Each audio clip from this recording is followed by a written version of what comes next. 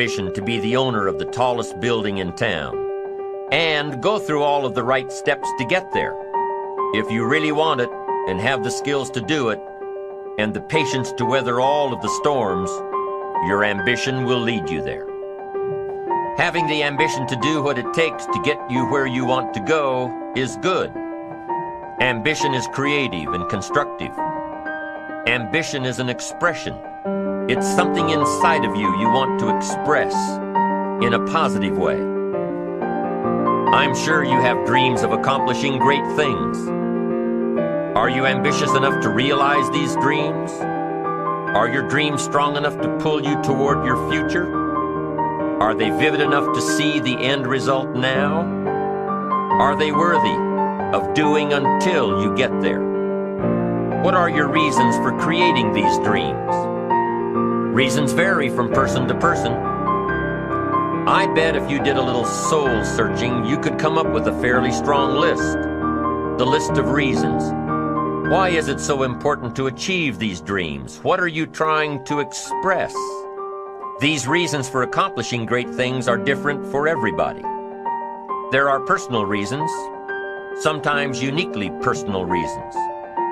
Some people do well for the recognition. Some people do well because of the way it makes them feel. They love the feeling of being a winner, and that is one of the best reasons. Once in a while I hear someone say, "If I had $1 million, I'd never work another day in my life." Hey, that's probably why the good Lord sees to it that he doesn't get his million, because he would just quit. Family is another reason, a motivator for doing well. Some people do extremely well because of other people, and that's a powerful reason. Sometimes we will do something for someone else that we would not do for ourselves. I know a lady who was getting back on track from financial disaster. Even though she didn't have much of anything left, her primary motivator was to keep her daughter in private school, an expensive one of the best in the country. Although her goal was to financially surpass where she was before her economic fall, her main reason to work all of those extra hours was to give her little girl the best possible education. As you can well imagine, wanting to do something for someone else led her to all sorts of other accomplishments as well. How fortunate are the people who find themselves greatly affected by someone else? It's powerful. What has you getting up early, hitting it hard all day, and staying up late? What has you inspired? What are your reasons for doing well? What's at the core of your quest? What is the power behind your ambition? Think about it. Jot it down. Do some soul searching. Define your reasons so they will work better for you. So now we have determined that it's in your best self-interest to be ambitious. Self-interest, self-preservation. As human beings, we can't help but be interested in our own self-preservation. We can't help but be self-interested. It's one of the strongest urges we have. Interested in our preservation, interested in our development, interested in our success. There's certainly nothing wrong with self-interest, but here's the clue. Self-interest must be enlightened as to what truly serves us best. When I found out that self-interest was okay, that was a big relief to me. Now, we're not talking about selfish. We're talking about self-interest. Self-interest needs to be educated, enlightened. Self-interest is willing to be benefited by service to others, not at the expense of others. Self-interest at the expense of others starts to be greed, evil, hoping you go up as someone goes down, hoping to attain while someone else loses. I win, you lose. We call that the beginnings of evil, the dark side of our nature, wishing to benefit at the expense of others. Enlightened self-interest wishes to benefit at the service of others. A friend of mine tells this little story about a person she hears from about every 3 months or so. This guy calls to solicit money for food baskets for homeless families. She's happy to give her money to them. She was unfortunately homeless for a short period of time, and she knows the position these people are in. This group is legit. She checked them out. But after the second or third time this guy called, same guy, after the second or third time he called, she started talking to him about other stuff. Turns out this guy is broke, living in a hotel, looking for any construction job he can find. Any job at all. But what's unique about this guy is that he donates 2 or 3 hours a night, every night, to call people and get money to feed the homeless. Every night, from his hotel room. Now, most people would say this guy should use those hours every night to work a second job or a third job. But while he's way down on the ladder of success, he feels it's important to help those less fortunate than he is. He has a roof over his head.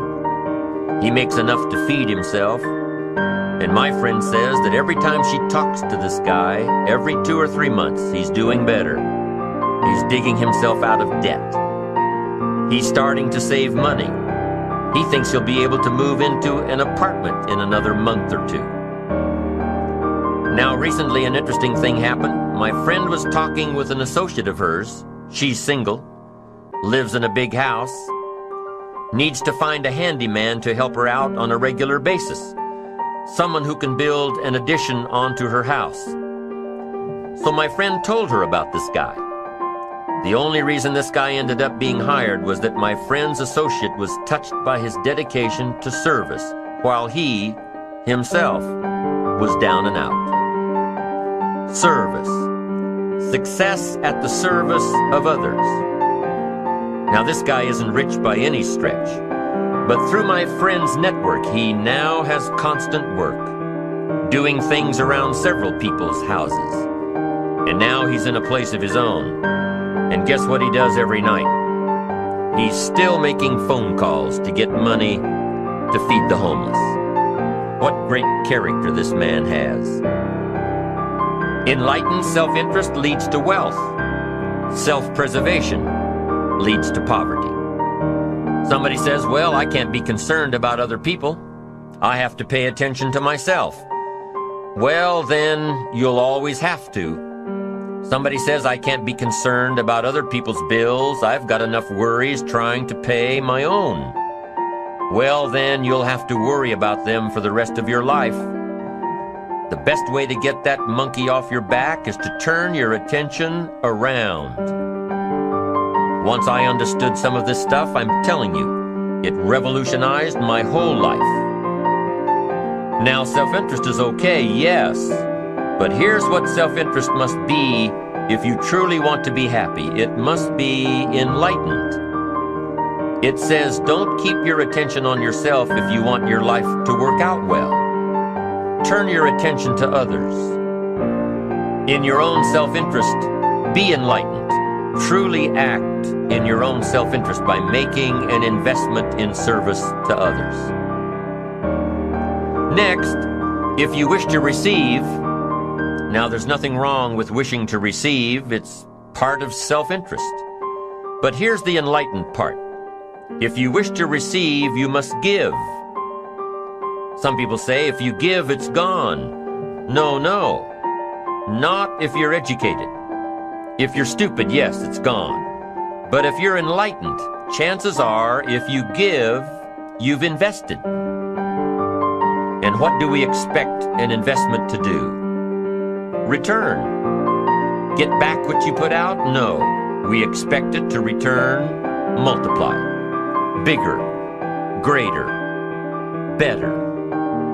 My father taught me way back, son, always do more than what you get paid for.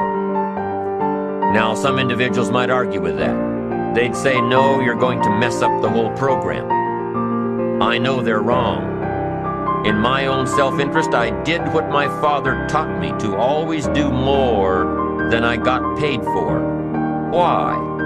to make an investment in my future. Do more than you get paid for to make an investment in your future, and it's paid off for me. If you're wanting that big promotion, are you going to go up to your boss and say, "Just give it to me.